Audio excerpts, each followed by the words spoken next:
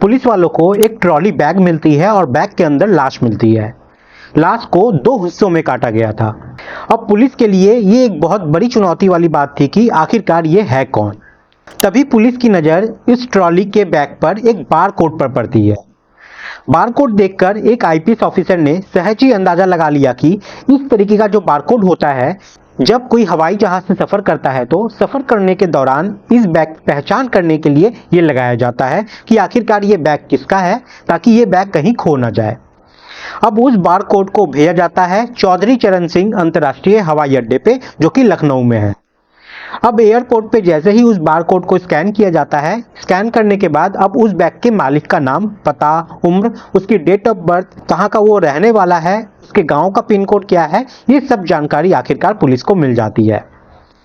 लगभग 6 घंटे का समय हुआ था उस बैग को मिले हुए, और 6 घंटे बाद आखिरकार पुलिस उस पते पर जाती है, ताकि पुलिस को ये पता चल पाए कि आखिरकार वो व्यक्ति वहां पर है या नहीं है। कहीं ऐसा तो नहीं है कि ये बैग का इस्तेमाल किसी और ने किया है उसके नाम पे। फिर पुलिस उस एड्रेस पे पहुंच जाती है और वहां जाकर दरवाजे पे दस्तक देती है। दस्तक देने के बाद अंदर से एक महिला निकल के आती है और बातचीत करने के दौरान पुलिस को एक और ट्रॉली बैग वहां पर मिलता है, और उसी ट्रॉली बैग से इस जो घटनाक्रम का है इसका खुलासा होता है। दरअसल कहानी ऐसी होती है कि इसमें भी एक महिला ने अपने पति का कत्ल कर दिया था, वो भी इश्कबाजी के चक्कर में, प्यार के चक्कर में, और ये एक ऐसे रिश्ते को निभा रही थी जो रिश्ता समाज की नज़र में बहुत गंदा माना जाता है। नमस्कार, मैं मुकेश। आज की जो सच्ची घटना मैं आपको सुनाने जा रहा हूं, ये सच्ची घटना है उत्तर प्रदेश के जिला देवरिया की। जिला देवरिया का जो मुख्यालय है, वहां से लगभग 20 किलोमीटर दूर एक थाना लगती है तरकुआ। उसी थाना क्षेत्र का एक गांव लगता है पखरी छाबर पटकोली। दरअसल यहाँ का एक व्यक्ति है जिसका नाम है जितेंद्र गिरी। जितेंद्र गिरी अपनी गेहूं की कटाई के लिए जो मशीन होती है उसको लेकर 20 अप्रैल 2025 की सुबह लगभग 11 बजे के आसपास खेत में लेके जाता है। वहीं पर एक पड़ोसी का खेत होता है, नाम उसका मदन जायसवाल होता है। मदन जायसवाल के खेत पर जैसे ही इसकी नजर पड़ती है तो देखता क्या है कि वहां पर एक ट्रॉली वाला बैग पड़ा हुआ है। उस बैग को वो देखता है और करीब जाने के बाद वहां से हट जाता है। उसे ये अंदाजा लग गया था कि इसके अंदर कुछ ना कुछ ऐसी आपत्तिजनक चीज है जो उसे खोलनी नहीं चाहिए। उसने समझदारी से काम लिया और तुरंत ही उसने लगभग 11 बजे या 11:15 के आसपास पुलिस कंट्रोल रूम 112 पर फोन लगा दिया। अब जैसे ही थाना तक ये बात पहुंचती है, पुलिस सक्रिय हो जाती है और पुलिस यहाँ पर आ जाती है। जिस जगह पर यह बैग मिलता है उस जगह को पुलिस चारों तरफ से घेर देती है ताकि सबूतों से कोई छेड़छाड़ ना कर सके। जैसे ही ये सूचना गांव में पहुंचती है, गांव के सैकड़ों की संख्या में लोग वहां पर पहुंच जाते हैं देखने के लिए कि आखिरकार एक बैग मिला है और उस बैग में आखिरकार है क्या। जैसे ही एक पुलिस वाला इस बैग को खोलता है तो पता चलता है कि उसके अंदर शरीर के 2 हिस्से हैं। आधा हिस्सा कमर के ऊपर का है और आधा हिस्सा कमर के नीचे का है। यह देखकर सब वहां चौंक जाते हैं। गांव में यह खबर आग की तरह फैल जाती है। अब ये शव किसका है, कौन नहीं है, ये किसी को पता नहीं था। अंदाजा ऐसा लगाया जा रहा था कि इसकी उम्र 35 से 38 साल के आसपास की रही होगी और उसे किसी धारदार हथियार से काटा गया था। अब पुलिस मामले की जांच पड़ताल में जुट जाती है। तभी एक आईपीएस ऑफिसर वहां पे होता है, उसकी नजर पड़ जाती है उस ट्रॉली बैग के एक बारकोड पर। पुलिस समझ जाती है कि इस तरीके का जो बारकोड होता है, जब कोई हवाई जहाज से सफर करता है तो सफर करने के दौरान इस बैग को पहचान करने के लिए ये बारकोड लगाया जाता है कि आखिरकार ये बैग किसका है, ताकि ये बैग कहीं खो ना जाए।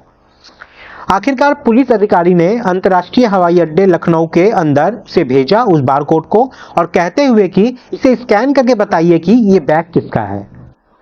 फिर बैग में लगे बारकोड को स्कैन करने से पता चलता है कि ये बैग नौशाद अहमद का होता है, जिसकी उम्र लगभग 38 साल के आसपास होती है और जिला देवरिया उसका होता है। अब लगभग शाम 6 बजे के आसपास पुलिस इसी के गांव में इसी के घर पर पहुंचती है। दरवाजे को जैसे ही खटखटाया जाता है, अंदर से एक महिला आती है, नाम उसका रजिया सुल्तान होता है। वो पूछती है कि जी बताइए क्या बात है। तब पुलिस वाले कहते हैं कि हमें आपके पति से मिलना है, क्या आप बता सकती हैं कि आपके पति कहाँ पे हैं और उनका नाम क्या है। फिर वो बताती है कि उसके पति का नाम नौशाद अहमद है, उम्र लगभग 38 साल के आसपास है। फिर वो कहती है कि वो रात से गायब है, रात से मिल ही नहीं रहे हैं। मैंने जब अपने रिश्तेदारों से पूछा, कोशिश की इधर उधर ढूंढने की, लेकिन आखिरकार कोई फायदा नहीं हुआ। वो अभी तक मिल नहीं पाए हैं। ये सब बातें वो अपने घर के दहलीज पे खड़ी होकर ही बताती है और पुलिस वाले बाहर खड़े हुए थे। बात करने के दौरान ही यहाँ पर पुलिस को कुछ शक हो जाता है। पुलिस कहती है कि हमें आपकी घर की तलाशी लेनी है। ये सुनते ही वो घबरा जाती है, विरोध करती है, लेकिन पुलिस वालों को रोक नहीं पाती। जैसे ही पुलिस ने घर की तलाशी लेनी शुरू की तो पुलिस को घर के अंदर से एक और ट्रॉली बैग मिल जाता है। जब उस बैग को पुलिस खोलती है तो उसमें भारी मात्रा में खून था, जो कि गीला ही था, सूखा भी अभी नहीं था। तभी पुलिस का जो शक था वो पूरी तरीके से यहाँ पर यकीन में बदल जाता है। पुलिस पूछती है कि तुमने अपने पति को क्यों मारा, कैसे मारा। वो जवाब में इधर उधर की बातें करने लगती है, बात घुमाने लगती है, लेकिन पुलिस की सख्ती के सामने वो टूट जाती है और रोते हुए एक कहानी सुनाती है, जिसे सुनकर पुलिस वाले हक्के बक्के रह जाते हैं। उन्हें समझ में नहीं आता है कि ये औरतों को आखिरकार हो क्या गया है आजकल। कुछ भी कर रही है और अपने पति को जैसे तैसे इस प्यार के चक्कर में मार दे रही है। फिर ये जो महिला होती है रजिया सुल्ताना, वो एक कहानी कहती है। वो कहती है कि एक व्यक्ति है जिसका नाम नौशाद होता है, जो कि इसी गांव का रहने वाला होता है, जो उसका मामा का बेटा होता है। यानी कि ये जो रजिया सुल्तान है ये उसकी बुआ की बेटी है। ये साल 2014 से भी पहले की बात है, जब रजिया यहाँ आती थी और नौशाद बुआ के घर आता था, तो वहाँ उन दोनों की मुलाकात जो है वो होने लगती है और धीरे धीरे ये मुलाकात जो है वो मोहब्बत में बदल जाती है। रजिया रहने वाली होती है जिलिया बलिया की और ये नौशाद अपनी बुआ के घर जाता था और रजिया अपने मामा के घर जाया करती थी। इसी बीच में नौशाद ने अपने परिवार वालों से कहा कि वो रजिया सुल्तान से शादी करना चाहता है, लेकिन घर वाले तैयार नहीं थे। वो कहते हैं कि ये क्या उलट पलट रिश्ता बनाने की तुम कोशिश कर रहे हो। लेकिन यहाँ पर दोनों जिद पकड़ लेते हैं और साल 2014 में आखिरकार इन दोनों की शादी हो जाती है। दरअसल जो नौशाद होता है वो 3 भाई होता है। एक का नाम दिलशाद, एक का नाम नौशाद और एक का नाम मंसूर होता है। मंसूर गांव से बाहर रहता है। नौशाद यानी कि जो पति था वो साल 2015 में दुबई चला जाता है कमाने के लिए, नौकरी करने के लिए। और जो दिलशाद होता है वो बड़ा भाई, वो पहले से ही विदेश में नौकरी कर रहा होता है। आखिरकार परिवार की मर्जी के खिलाफ ये दोनों 2014 में शादी कर लेते हैं। अब घर में खाने के लिए और बीवी का खर्चा उठाने के लिए कुछ ना कुछ तो करना ही पड़ेगा, तो उसका पति नौशाद विदेश चला जाता है। विदेश जाने के बाद इसकी जो बहन है उसकी शादी भी इसी गांव में हो जाती है और बहन का नाम होता है नूरहार। उधर रजिया सुल्तान अपने ससुर के साथ ही रहती है और इसी तरह वक्त आगे बढ़ने लगता है। जैसे जैसे वक्त आगे बढ़ रहा था तो इसका जो भांजा होता है जिसका नाम रोमान होता है, रोमान से नौशाद यानी कि रजिया का पति कहता है कि जाकर अपनी मामी से बातचीत कर लेना, उसको किसी भी सामान की जरूरत हो तो वो सामान दिला देना, उसे बाहर शहर अगर जाना हो तो शहर में जाकर उसका काम जो है वो करवा देना और थोड़ा उसका ख्याल रखना। रोमान वैसा ही करता है, वो हर चीज में उसकी मदद करने लगता है और बातचीत इस तरीके से उन दोनों के बीच में शुरू हो जाती है। अब समय के साथ साथ रोमान अपनी मामी के साथ बहुत ज्यादा करीब आ जाता है। करीब इतना आ जाता है कि दोनों को एक दूसरे से प्यार मोहब्बत हो जाती है और ये प्यार जो है एक दिन फिजिकल रिलेशन में बदल जाती है। रोमान पढ़ने में ज्यादा होशियार नहीं होता है, इस वजह से वो ड्राइवर का काम करना शुरू कर देता है। वो गाड़ी चलाता है और साथ में घर में मामी के साथ जब भी मौका मिलता था साथ रहता था। इस बात की किसी रिश्तेदार को भनक तक नहीं लगती है, क्योंकि वो घर का परिवार का ही एक सदस्य था। उसकी सगी ननद का वो लड़का था जो घर में कभी भी आ जा सकता था। लेकिन मीडिया रिपोर्ट की माने तो वो कहते हैं कि 1 साल पहले इन दोनों के संबंध के बारे में परिवार वालों को पता चल गया था और जब पता चल जाता है तो इस रिश्ते को तोड़ने की तमाम कोशिशें की जाती है। नौशाद और रजिया की एक अपनी बेटी होती है जिसकी उम्र 8 साल की बताई जाती है, इसलिए नौशाद अपनी बेटी की वजह से इस रिश्ते को बना के रखा था और अपनी पत्नी के साथ ही रह रहा था। और रोमान से कहा जाता है कि तुम अब इस घर में कभी भी नहीं आओगे। कुल मिलाकर ये रिश्ता अब जैसे तैसे चलने लगता है। इस तरह 1 साल जब और बीत जाते हैं तो नौशाद विदेश से 8 या 9 अप्रैल को अपने घर वापस आ जाता है। घर वापस आने के बाद वो आराम से रह रहा था, सब कुछ ठीक ठाक लग रहा था। नौशाद ने अपनी पत्नी को बताया भी था कि वो 22 अप्रैल को आसपास वो विदेश वापस चला जाएगा।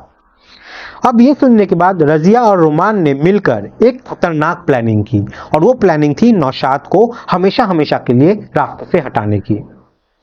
अब 19 अप्रैल 2025 की रात 9 या 10 बजे के आसपास की बात है। रजिया खाने में कुछ नशीले पदार्थ मिलाकर नौशाद को खाना दे देती है। नौशाद जैसे ही वो खाना खाता है वो बेहोश होकर गिर जाता है। उस वक्त घर के अंदर उसकी बेटी भी होती है, नौशाद के पिताजी भी होते हैं जो कि बहुत ज्यादा बुजुर्ग होते हैं और ये लगभग सो गए होते हैं। इसी रात में लगभग 2 बजे के आसपास भांजा रोमान वहां पर आ जाता है। घर आने के बाद कुछ भारी वस्तु से, जैसे कहा जाता है कि सिलबट्टे से, अपनी पूरी ताकत से नौशाद को मारता है। नौशाद यहाँ विरोध करने की कोशिश करता है, लेकिन पहले ही वो दवा के नशे में था तो ज्यादा कुछ वो कर नहीं पाता। इसके बाद कुल्हाड़ी से उसको काट दिया जाता है और धारदार हथियार से उस पर लगातार वार किए जाते हैं। इस वार से उसकी वहीं पे मौके वारदात पे उसकी मौत हो जाती है। तब रोमान और उसकी मामी यानी कि प्रेमिका रजिया, वो दोनों मिलकर उसको एक ट्रॉली बैग के अंदर पैक करने की कोशिश करते हैं, लेकिन बैग छोटा था इसलिए उन्होंने सोचा कि अगर लाश के 2 हिस्से कर दे तो ये आराम से इसमें पैक हो जाएगा। इसलिए वो पेट की जगह से उसको काट देते हैं और उसका 2 हिस्सा कर देते हैं और लाश को यहाँ पर इस ट्रॉली के अंदर पैक कर देते हैं। ये वही ट्रॉली थी जिसमें नौशाद दुबई लेकर जाता था और काम करने के लिए जाता था। अब इसी बीच में जो रोमान होता है वो अपने एक दोस्त को बुलाता है और उस दोस्त को बोलेरो कार लेके आने को कहता है। वो कार लेकर आ जाता है, फिर वो बैग को उस कार के अंदर रखता है और उसको ठिकाना लगाने के लिए वो निकल पड़ता है। ऐसे चलते चलते लगभग 55 किलोमीटर दूर तक एक थाना लगता है तरकलुआ। वहां पर एक गांव लगता है पकड़ी छापर पटकोली। वहां पर वो एक मदन नाम के खेत में जाकर उस बैग को फेंक देता है और वहां से भाग जाता है, ये सोचकर कि वो पकड़े कभी नहीं जाएंगे और घर परिवार के लोग जो है वो ये समझेंगे कि नौशाद अहमद दुबई चला गया है। लेकिन उन लोगों को ये पता नहीं था कि उस ट्रॉली बैग पे लगा हुआ जो बारकोड है वही बारकोड उन लोगों को सलाखों के पीछे ले जाएगा। लेकिन इस कांड में जो पत्नी रजिया होती है वो पकड़ी जाती है और जो भांजा रोमान होता है और उसका दोस्त हिमांशु होता है, पुलिस उसको गिरफ्तार करने के लिए तमाम कोशिशें कर रही है। तो दोस्तों, इस पूरे घटनाक्रम को सुनाने का उद्देश्य किसी को परेशान करना नहीं है, किसी का दिल दिखाना नहीं है, बल्कि आपको जागरूक करना है, आपको सचेत करना है। आप सब लोग अपना ख्याल रखें, सुरक्षित रहें। जय हिंद, जय भारत।